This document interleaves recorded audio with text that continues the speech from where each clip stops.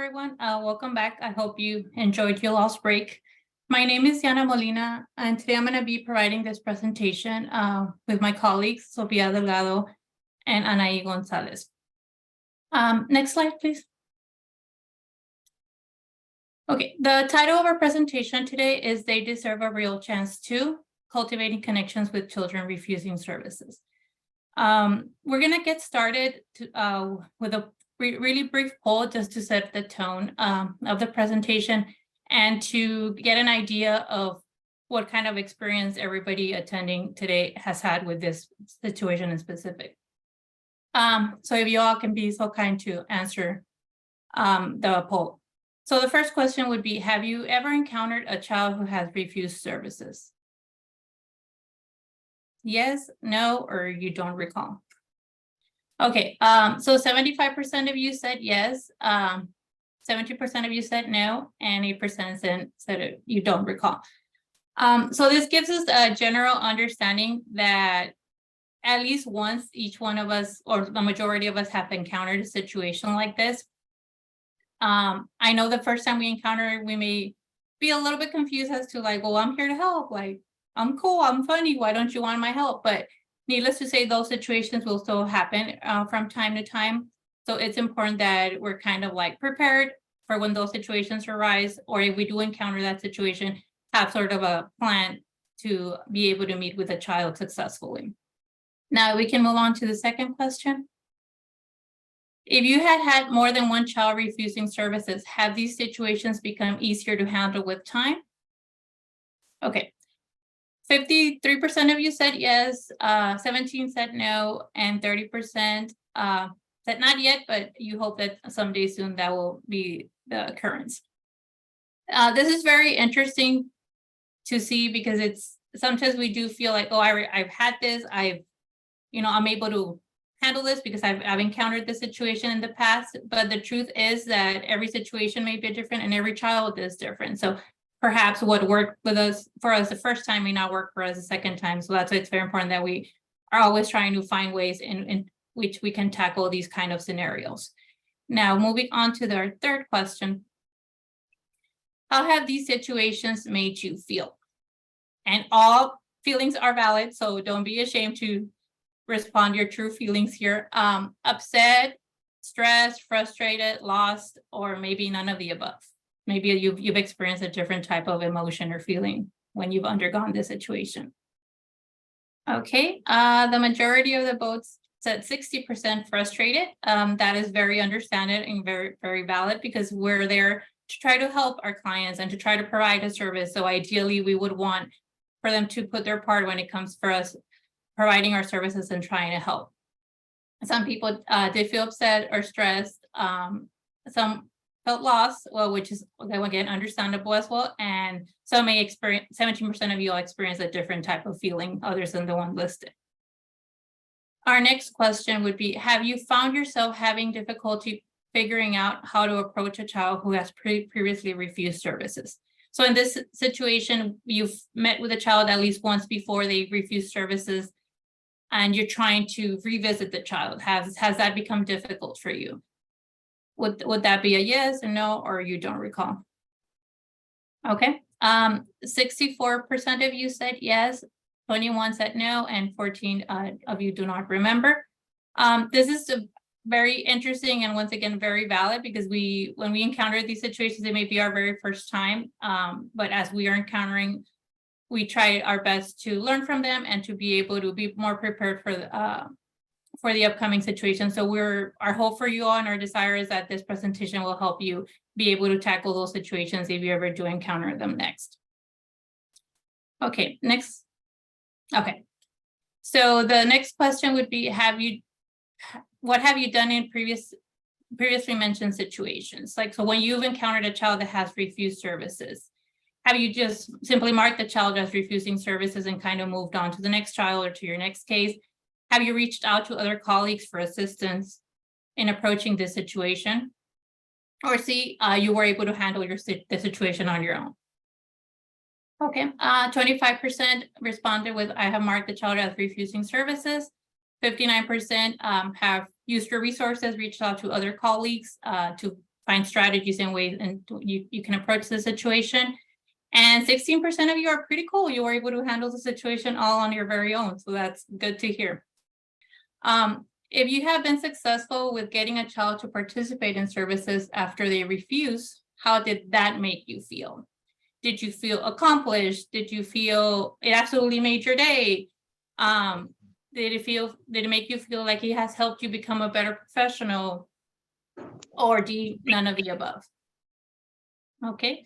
30% accomplished, 32, it absolutely made your day. That is what we want to hear, because having those small wins can absolutely make your day.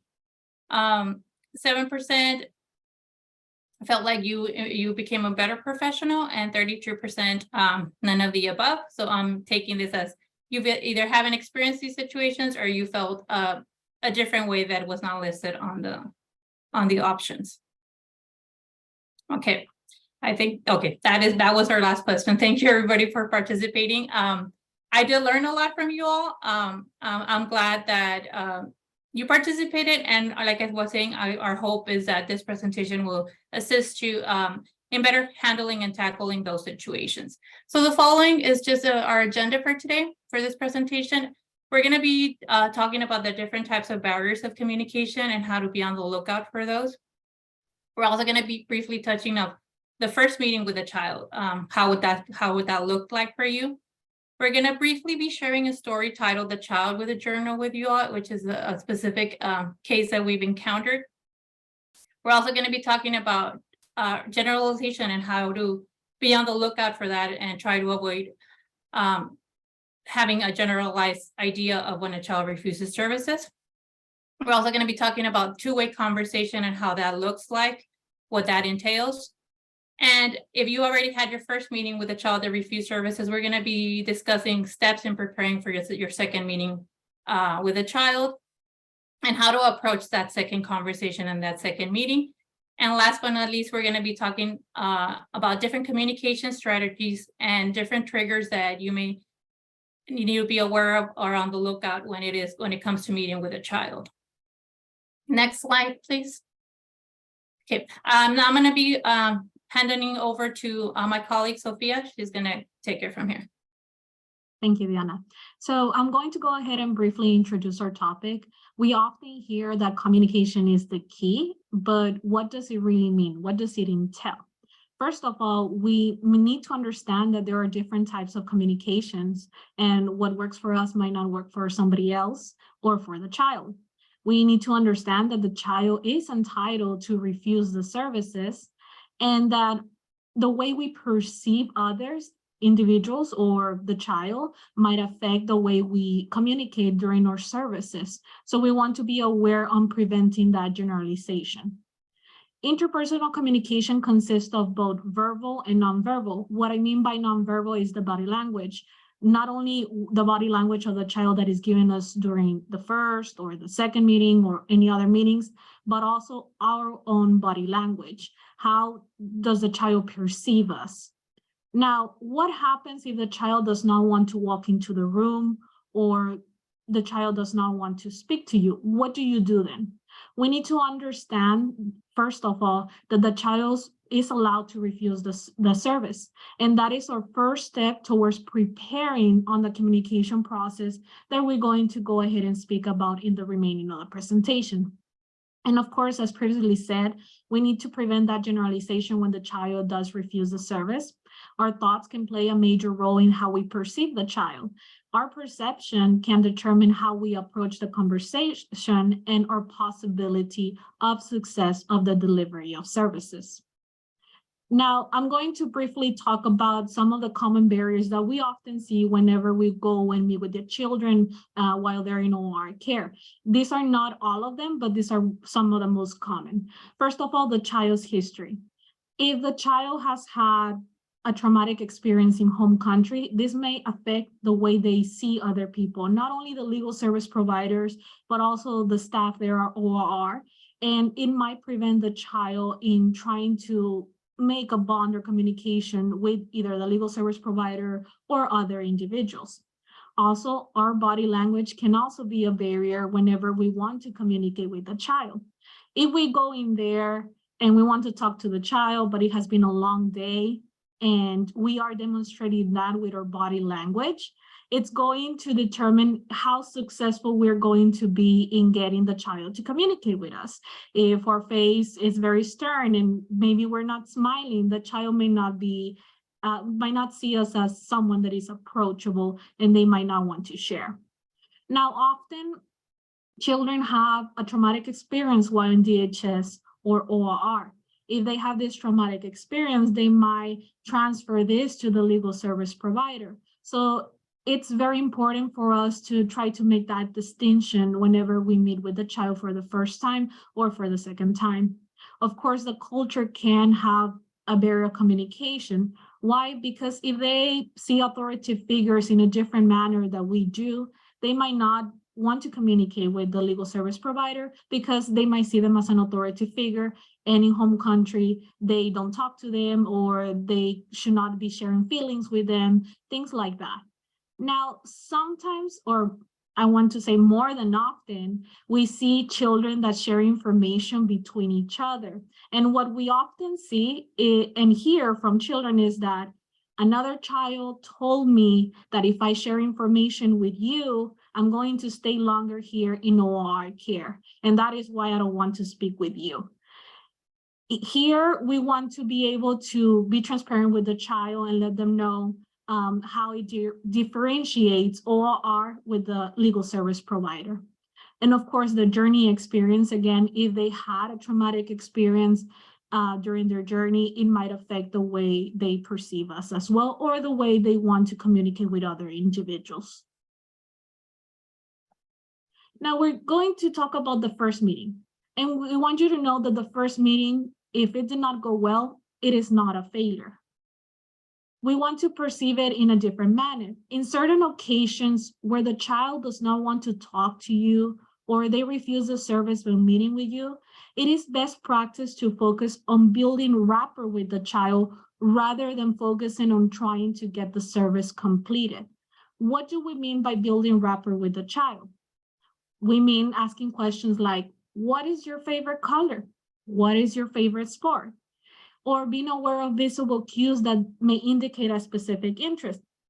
And this is something that we're going to talk about in the next slide, of how the screener, Diana Molina, was able to see visible cues of a child holding a journal in order to start that communication process with the child and be able to get that relationship to move forward in order to obtain the information that we were going there to acquire. Now, if the child does not want to talk to you, or they don't want to walk into the office, what do you do then if they don't want to walk into your office? Well, what we can do is go to the waiting area where the child is waiting for us to meet with us. Walk towards them and talk to them and introduce yourself in a child-friendly manner. What do we mean by a child-friendly manner? It means that we need to be mindful of our tone of voice. If I'm speaking like this, like right now where I'm presenting, the child might not be very comfortable wanting to talk to me. We want to make sure that we put our tone of voice in the level of the child. And of course, be mindful of body language, smiling, being aware of how we're moving, or if we're sitting down, that our feet are not moving, indicating that we're being impatient and that we want to get the service done and leave.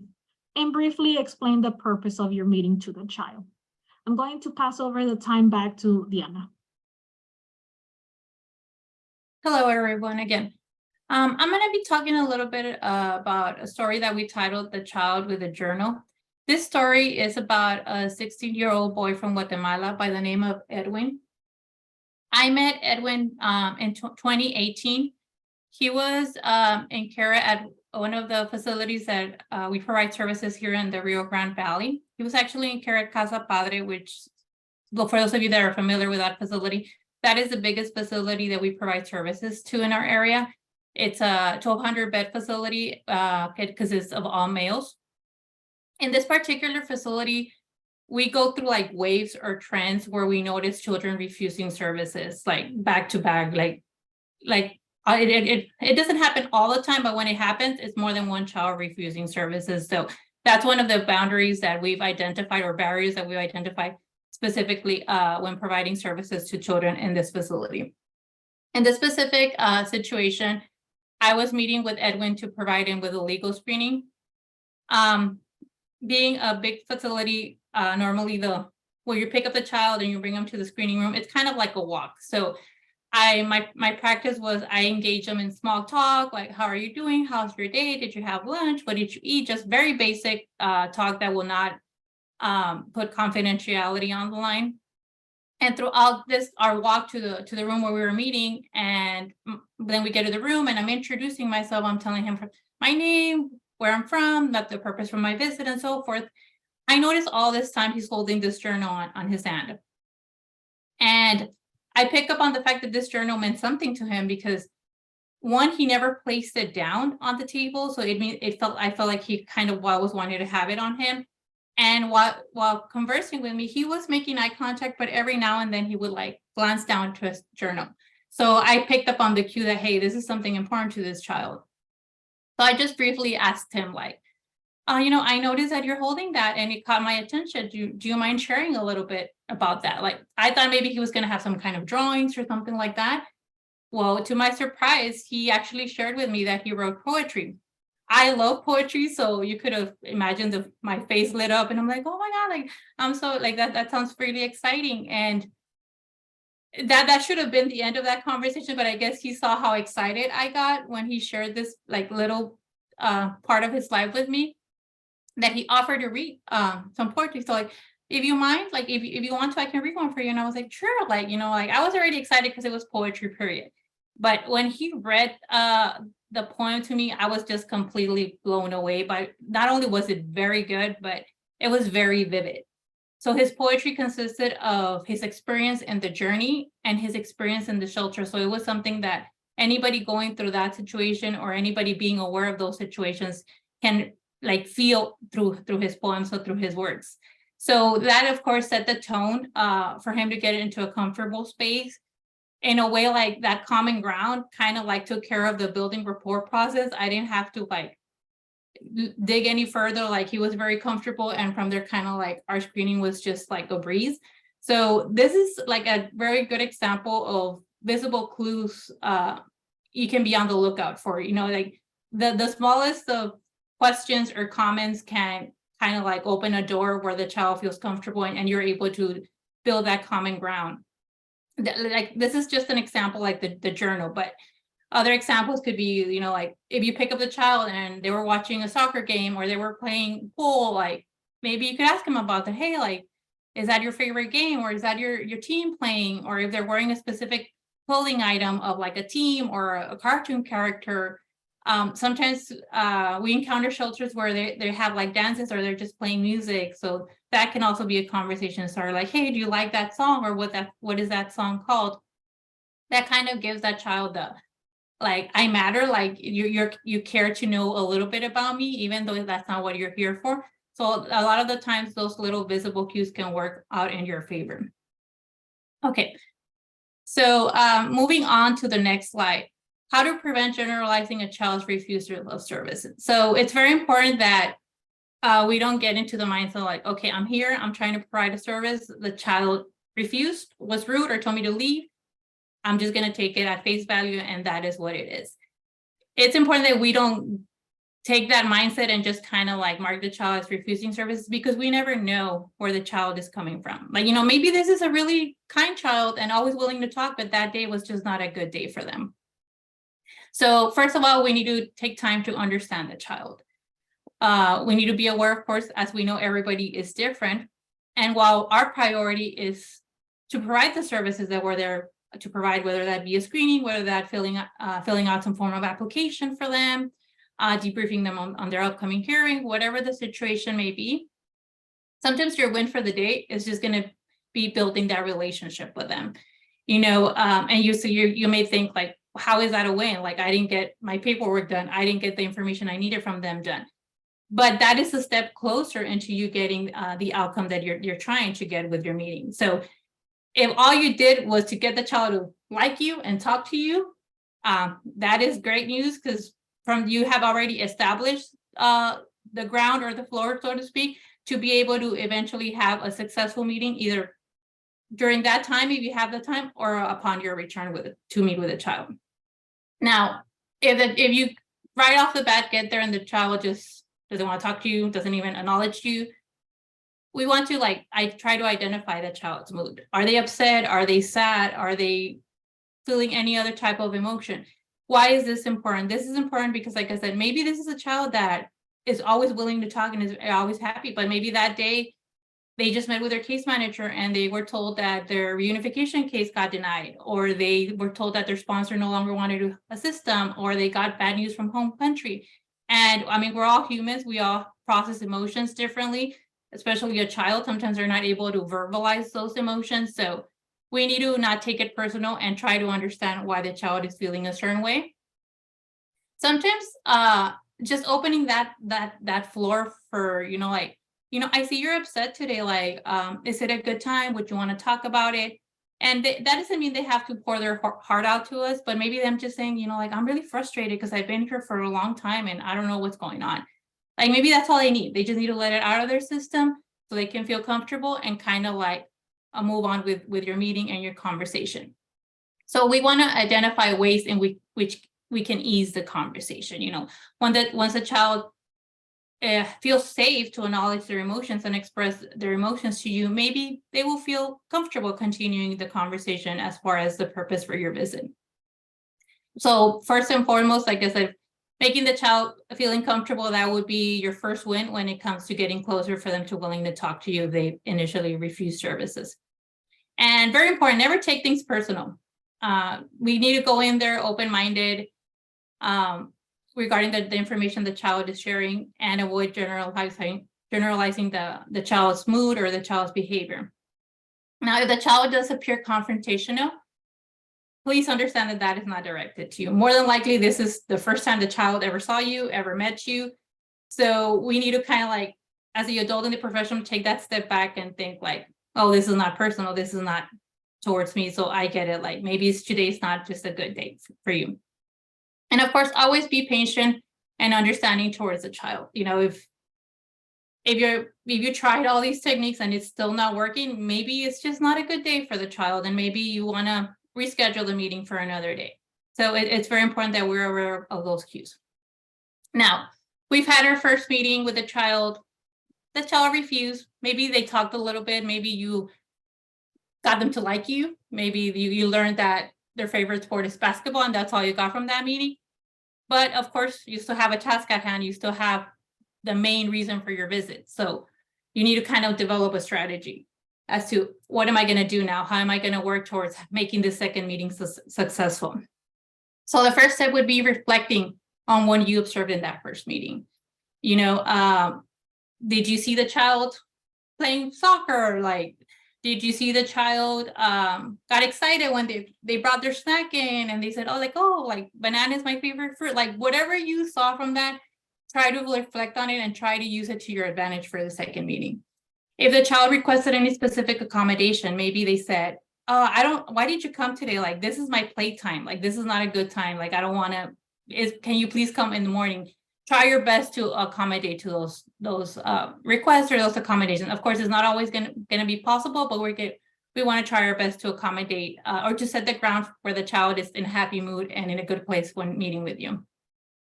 Now, if let's say that your meeting was just not good, you're I don't know this child. I don't know how to even engage a conversation with them.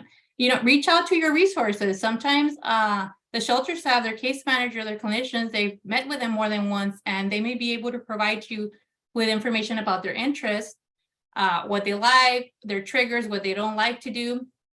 Another thing that I've also found very useful is if a child has been transferred from another area, from another LSP, sometimes those U-Court referrals have a really good information as far as the child's triggers, what makes them upset, what they like to talk about. So you can use that to your advantage as well. We also want to, if you actually did have a conversation and you documented that conversation, review that conversation in detail and try to identify any pointers that you took from that conversation and use these as conversation starters on your second meeting. Examples of this, if the child said, I don't want to talk to you right now because my favorite team is about to play and I want to go see the game. That's because, you know, kids come up with the most random excuses when they just don't want to talk to us.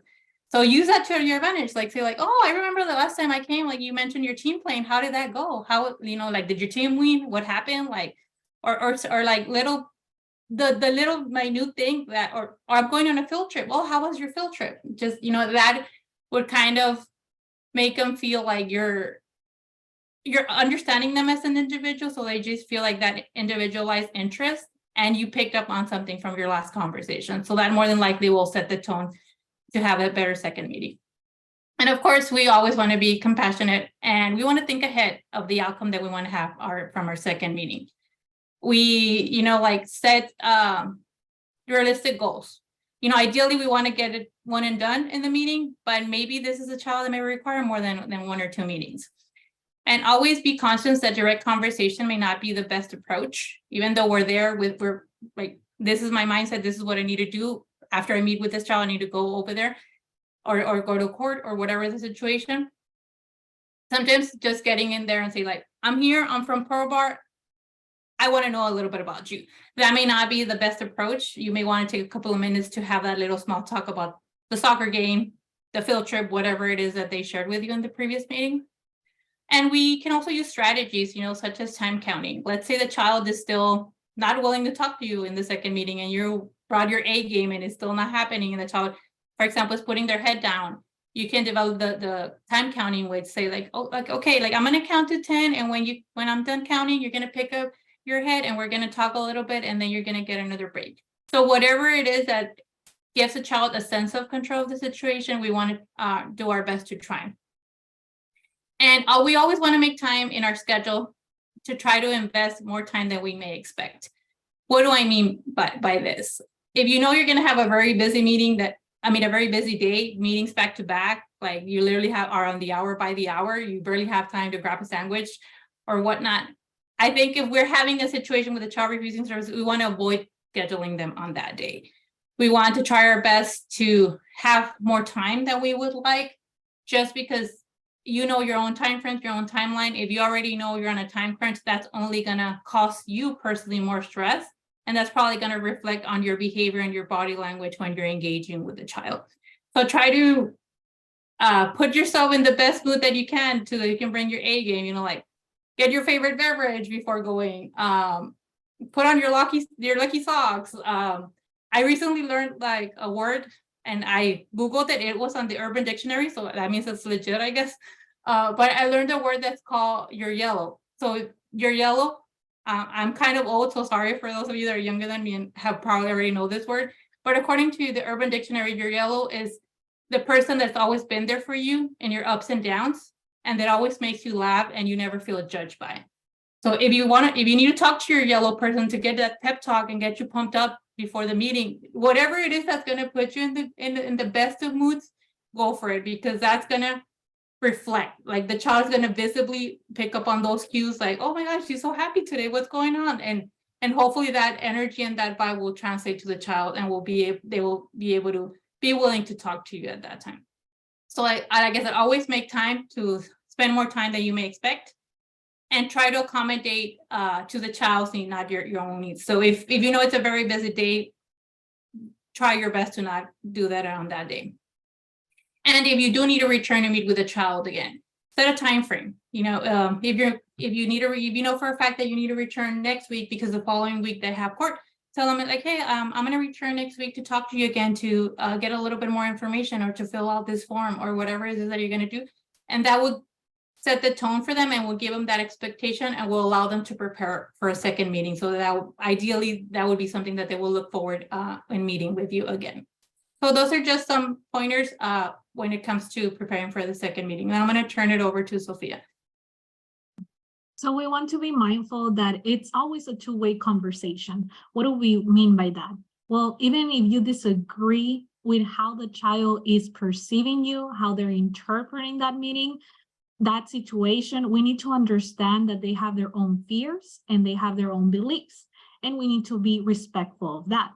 Your goal eventually is to understand the way that the child perceives you as a legal service provider in order to make that successful connection. We want to be able to make eye contact, watch your body language, empower the child, and negotiate. What do we mean by negotiating? For example, if the child says, I want to play 5 minutes or 10 minutes or 15 minutes, try to negotiate. Okay, I'm going to give you 5 minutes to play, but after those 5 minutes, we're going to meet and we're going to answer this set of questions, and then you will get another 5 minutes to play before we continue. Now, how to approach the conversation during the second meeting. We want to use brief and concise sentences for the child to be able to understand what we want from them. That way the child has less of a capability to deviate from the conversation. So we want to keep it brief and concise. And be comfortable with the silence. It might feel like an eternity for you if the child is being quiet after you ask a question, but it's only a couple of seconds, and that's okay because the child is thinking and processing what they're going to tell you, or they're processing their emotions. During the second meeting, again, compromise with the child, but preferably during the opening conversation so that the child knows that you're here not only for you, but that you're here for them and to accommodate to their needs. For example, ask the child, when I come and see you next time, do you prefer for me to come and see you in the mornings or in the afternoons? Or would you like for me to bring you certain toys? And the child may be more open about sharing what accommodations they may need or in speaking with you. And maximize your impact as a listener. There will be plenty of times you need specific information from them, but when possible, give them the opportunity to steer that conversation. By showing genuine interest in a topic that excites them, you are building a connection and demonstrating that what matters to them matters to you. Like Diana had previously mentioned, the child with the journal. The child saw Diana's face of excitement, so he was willing to share those poems with her and was willing to continue the conversation. Even though we don't like maybe their interest, we want to show our excitement of the excitement that they're reflecting towards us. And of course, incorporate the observations you made and analyzed during the first meeting into the second meeting. All the observations we made during the first meeting, we want to make sure to apply them in order to have that successful re-entry. And of course, use affirmative responses to balance the questions. What do we mean by affirmative responses? Acknowledging what the child is telling you and rephrasing. Summarizing what the child is letting you know. For example, I understand that you're telling me X, Y, and Z.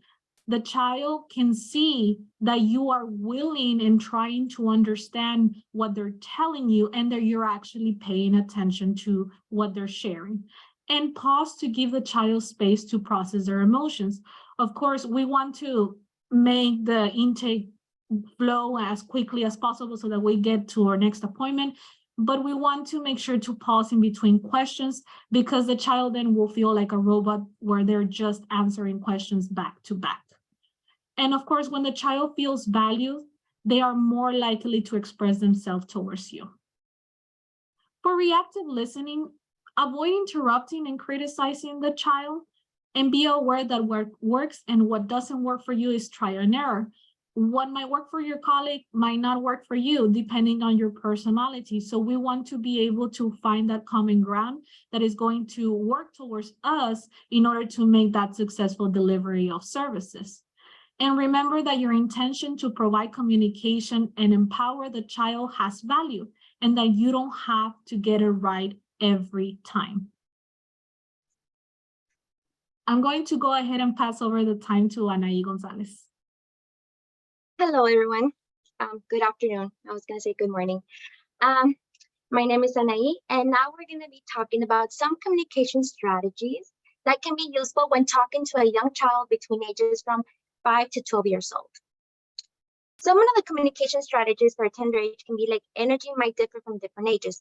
Let's just say that the child is very energetic and does not want to engage in the service. Something that you can try to redirect the child, you can say like, hay que estar bien calmaditos para poder platicar juntos. In other words, let's take it easy so we can both have a conversation. So you see, that kind of body language and your voice of tone, you're using it to get the attention of the child. Another thing that is establishing common ground and empathy. It provides a pathway of communication relates to trust. Let's just say that the child wants to go home and does not want to talk to anyone, right? He does not want to see anyone. Something that you can say to the child is, ¿Por qué no me quiere ver? Why don't you want to see me? It is likely that they will give you a reason why. Then state, estoy aquí para verlo y platicar con usted para ver de qué manera yo le puedo ayudar. In other words, I'm here to see you and talk to you to see how I can be able to help you. If you find an interest, share that interest, okay? Like for instance, you can say, do you like to draw? If they like to draw, you can actually draw with the child and you're engaging with them, right?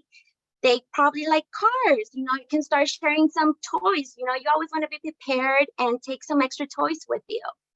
Little things like that brings the attention and have that communication with the child. Giving positive feedback and affirmations. Positive affirmations works best when they're about, there's a specific issue or concern the child may be dealing with. If the child is going through a difficult situation, a positive affirmation can help them get through it. Let's just say that the child shared that they have been feeling stressed or irritated. Well, we gotta keep in mind that on the first attempt, continue with the introduction to distract the child from the feelings, right? If that does not work, on the second attempt, you can state, I can see that you feel frustrated, but we can talk about something that makes you feel happy. What do you like to do? Let's just say that the child says, okay, well, I like to watch movies. Well, maybe it doesn't take that much of your time to, you know, let's just say you take your iPad or your laptop. You want to take at least 5 minutes to share a short clip of a cartoon, right, child-friendly clip, and you can share that with the child, and maybe their mood can, you know, change, right? And you have that connection. You can form that connection with the child. Now we're going to talk about some communication strategies, the same ones, but with the teens from ages to 13 years old to 17 years old. So let's just say that the child is very energetic and does not want to engage in the service. Something that you can say to the child is, le voy a prestar el cubito para que no se aburra de mí.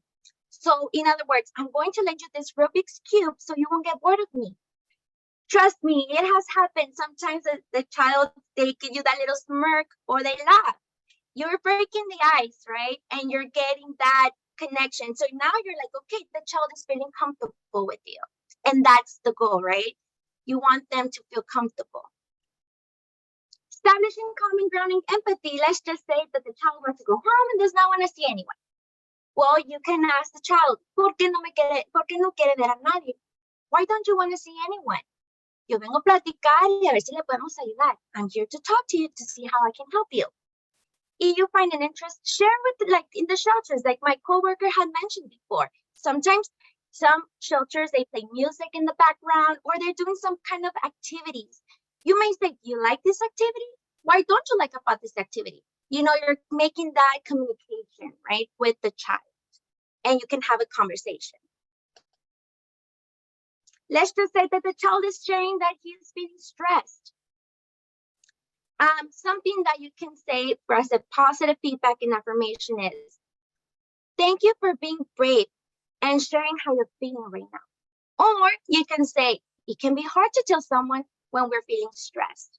So I'm so glad that you shared this with me.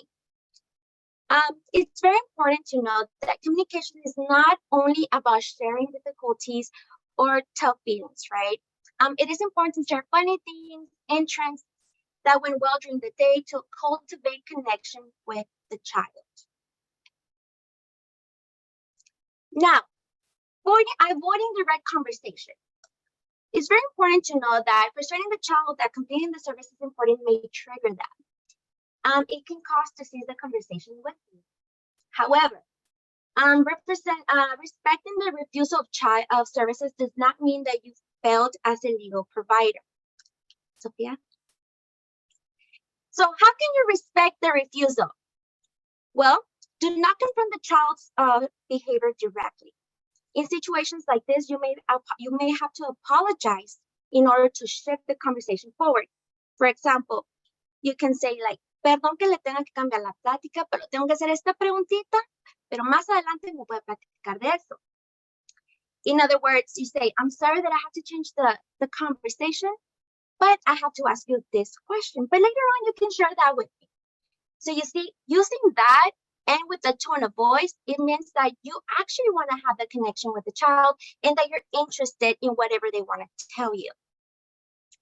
Noticing a trigger gives you a cue to start changing your approach. Now we're going to talk about how can we identify the triggers. Facial expressions.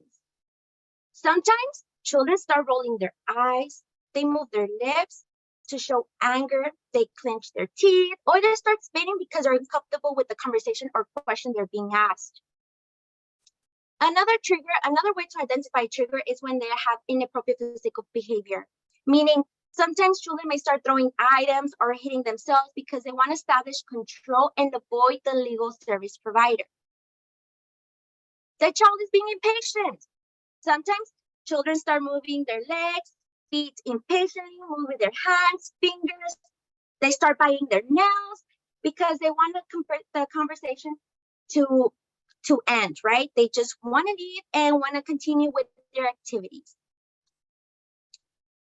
The child starts yelling when the child is scared or when they see the legal service provider discussing items in another language.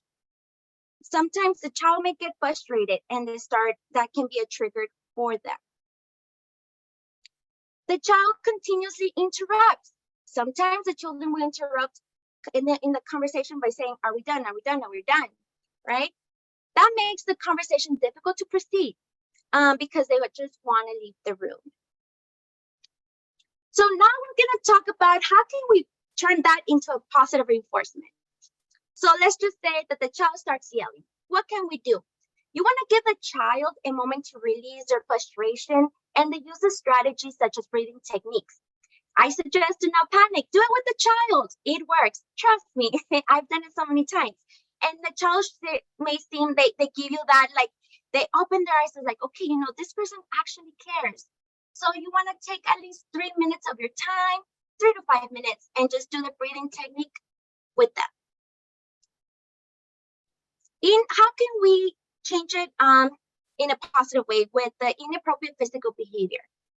As a legal service provider, the child's safety is a priority. We want to make sure to redirect the child not to throw things or hurt themselves. We can redirect by having a simple conversation that interests the child. This may also de-escalate the situation. If they continue doing it, you can also call the OR staff so they can help you and they can assist you.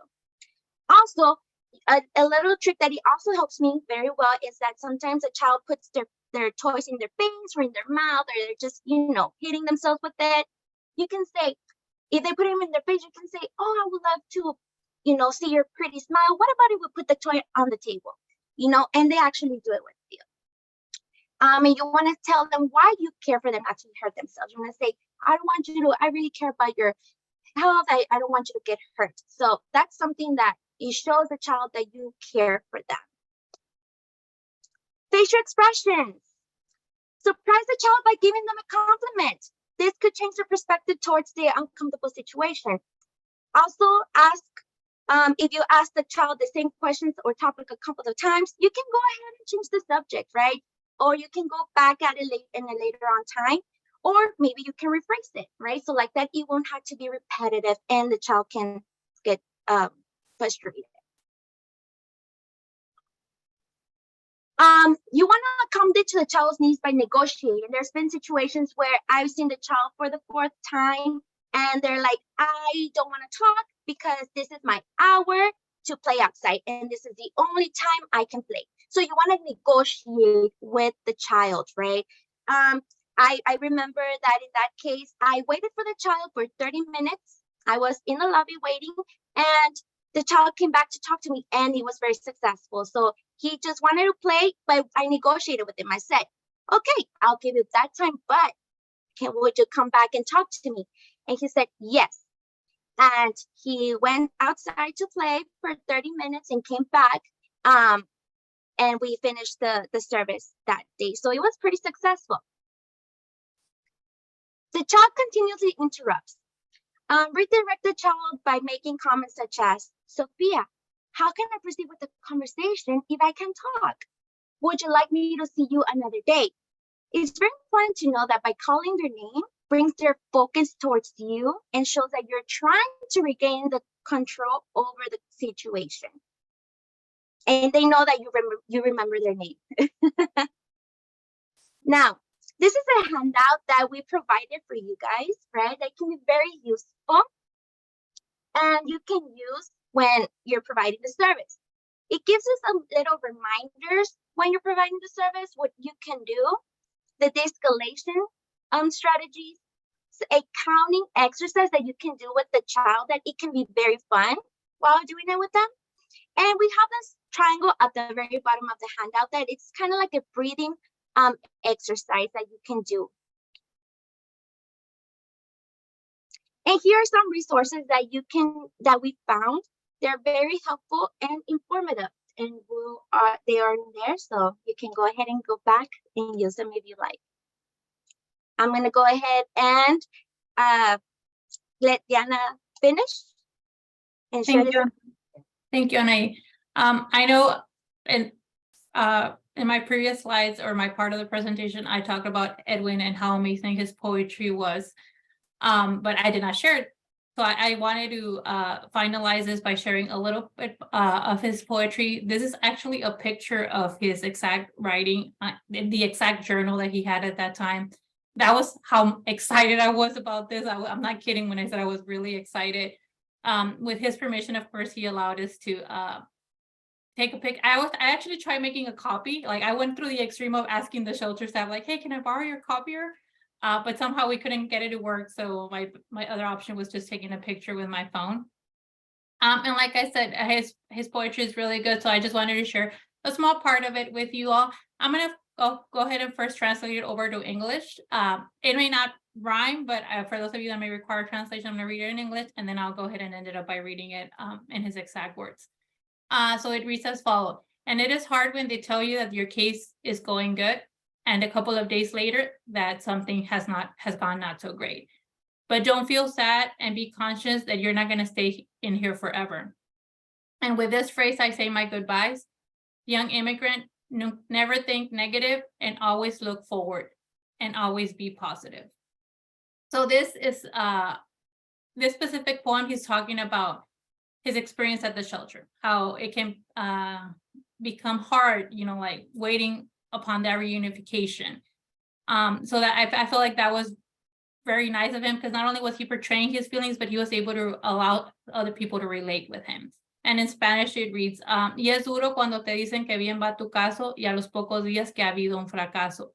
Pero no te sientas deprimido y sé consciente, pues aquí no te quedas para siempre. Y con esta frase yo me despido. Recuerda, joven inmigrante, nunca pienses negativo, mira hacia adelante y siempre sé positivo. Edwin, 16-year-old Guatemalan boy. Just a little update. I did meet, this is a picture of us. This is how proud I was about his poetry. We actually have it framed up in our office. Currently, our office is going under construction, so they don't have anything up on the walls, but I did go to the extreme to ask so we can take a picture of it so you all can see how important Edwin's story and how touching it has been to a lot of us. Like I mentioned, I met Edwin back in 2018. Just an update on Edwin. He recently turned 21. I think it was May 10th that he turned 21. I followed up with him again just to get his permission again to share his poetry. He graduated from high school. He's currently a sous chef. He did share that currently he's still interested in poetry, but of course he became an adult, so he's doing the adult thing, so he doesn't have as much time as he used to. But I was very happy to catch up to him and just to see how great he's doing. that is it on our end. I'm gonna go ahead and now open it up. I don't know if we have any questions.